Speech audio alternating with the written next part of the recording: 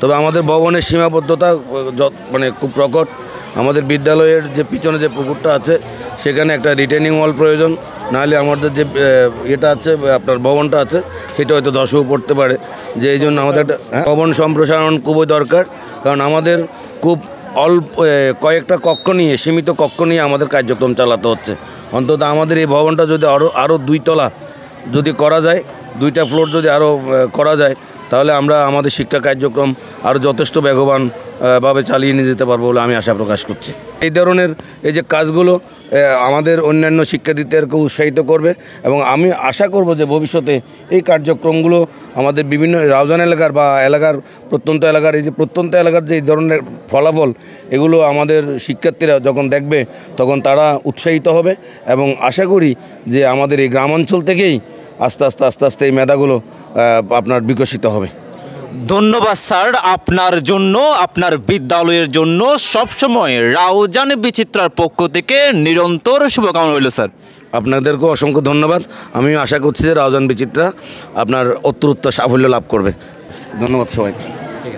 আপনি যে অত্র বিদ্যালয়ের শিক্ষার্থী ছিলেন, অত্র বিদ্যালয়ে লেখাপড়া করে আপনি কুমিল্লা মেডিকেল কলেজে সুযোগ পেয়েছেন, আপনি অত্র বিদ্যালয়ের শিক্ষার্থী হিসেবে কেমন বোধ করছেন? আমি প্রথমে কৃতজ্ঞতা জ্ঞাপন করছি মহান আল্লাহর প্রতি, তারপরে হচ্ছে আমার মা বাবা যারা আমাকে অনুপ্রেরণা দিয়েছে, তার পাশাপাশি আমাকে এই উচ্চস্থানে সুযোগ দেওয়ার জন্য যারা প্রতিনিয়ত কষ্ট করেছে, নিজের পরিশ্রম করেছিল, তারা হচ্ছে আমার শিক্ষকরা। তারা যদি না থাকতে হয়তো আমি উচ্চস্থানে থাকতে পারতাম না, আসতে পারতাম না। তাই আমি আমার যারা স্যার আছে তাদের প্রতি কৃতজ্ঞতা জ্ঞাপন করছি। আর আমি আশাবাদী যে তারা গ্রামের যারা মেধাবী ছাত্র আছে তাদের যে মেধা আছে তা বাংলাদেশের সামনে তুলে ধরবে। তাই আমি স্কুলে পড়ালেখা করে আমি নিজেকে ধন্য মনে করছি। আমি মনে করছি এখান থেকে আরও হয়তো অনেক মেধা বিকশিত হবে। ধন্যবাদ। আপনি অত্র বিদ্যালয়ে স্যার কত বছর ধরে স্যার শিক্ষকতা করছেন স্যার? আমি অত্র বিদ্যালয়ে 1/11/2010 থেকে যোগদান করেছি। আমি চেষ্টা করেছি যে আমার শিক্ষকদের সাথে নিয়ে আমার ছাত্রছাত্রীদেরকে পাশে রেখে আমি স্কুলটাকে এগিয়ে নিয়ে যাওয়ার জন্য। আমি কতটুকু কি করতে পেরেছি আমি নিজে জানি না, যা করতে পেরেছি সেটা এলাকাবাসীর সহযোগিতা, আমার শ্রদ্ধেয় সাধ্যের সহযোগিতায় আমি এটা চেষ্টা করেছি।